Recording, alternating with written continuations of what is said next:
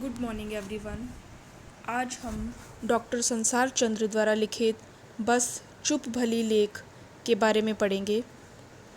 इस लेख में लेखक ने अपने जीवन के बहुत से कटु अनुभवों के आधार पर यही निर्णय लिया है कि ज़ुबान पर लगाम लगाने से सभी काम शीघ्रता और शांतिपूर्वक पूर्ण हो जाते हैं। वास्तव में सब आपदाओं से बचने के लिए बिना मतलब की दखल अंदाजी अहितकर साबित हो सकती है।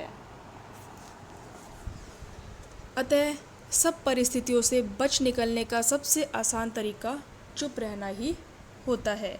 सच मानो तो एक चुप 100 सुख, अर्थात सभी आपदाओं से बचने के लिए एक ही चुप्पी रामबाण औषधि सिद्ध होती है।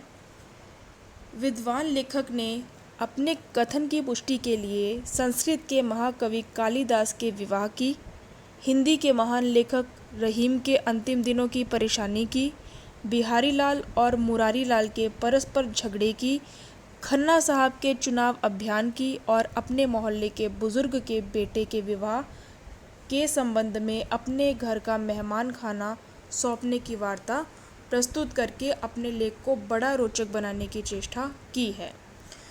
इतिहास साक्षी है कि अपने ज़माने के महामूर्ख कालिदास ने केवल बस चुप भली के प्रभाव से रूपवती राजकुमारी से विवाह कर लिया था।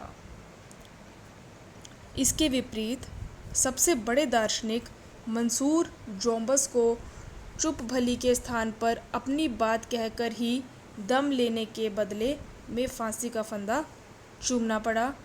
हिंदी के प्रसिद्ध कवि रहीम को भी अपने जीवन के आखिरी दिनों में निर्दयी जुबान के कारण बड़ा परेशान होना पड़ा था।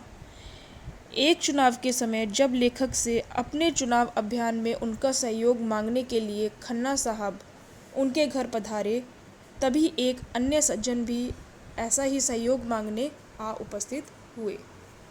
तब उनसे बच निकलने के लिए तथा उन दोनों की जिद भरी बातों से छुटकारा पाने के लिए लेखक पहले तो मन ही मन हनुमान चालीसा और संकट मोचन का पाठ करने लग पड़ा। फिर उनसे छुटकारा पाने के लिए कागज़ पर लिखकर उन्हें बताया, आज मेरा मौन व्रत है, कल प्रातः दर्शन दीजिएगा, और फिर दूसरे दिन पहली फ्लाइट से दिल्ली चला गया। और इस प्रकार बस चुप भली उसके काम आ गई। इसी प्रकार कुछ दिन पहले दफ्तर में बिहारी लाल और मुरारी लाल का परस्पर झगड़ा हो गया और नौबत हाथापाई तक पहुंच गई। दोनों ने लेखक को गवाह के रूप में तलब करवाया, पर गवाही देते समय लेखक ने भयंकर खांसी के दौरे का नाटक कर सांस रोक कर वहां से लुढ़क जाने से अपनी जान बचाई। एक अन्य विचित्र घटना का उल्लेख करते हुए लेखक बताता है कि उसके मोहल्ले के कुछ बुजुर्ग अपने बेटे को दिखाने के लिए लड़की वालों को उसके घर में आने के लिए निमंत्रित कराए, इसलिए मेहमान खाने के साथ मेहमानों को खाना भी देना पड़ा। आखिर बात पक्की हो गई और शादी भी हो गई, मगर लेखक का मेहमान खाना अब भी लड़के लड़की वालों के लिए आए दिन के झगड़ों का पंचायत घर बनकर रह गया है। अतः लेखक के पास अब जल्दी कोई किराए का मकान लेकर भाग निकलने के सिवा कोई चारा नहीं बचा है।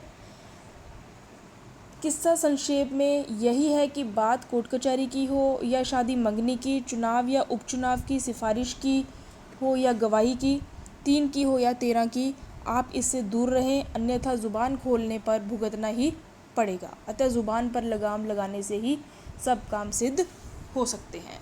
तो इस चैप्टर के अंदर ऑल ओवर जो लेखक यही बताना चाहता है कि जितना हो सके दूसरों के जीवन में दखलंदाजी करने से बचो और दूसरों को अपने जीवन में दखलंदाजी ना करने दो। तभी कहा गया है, एक चुप 100 सुख।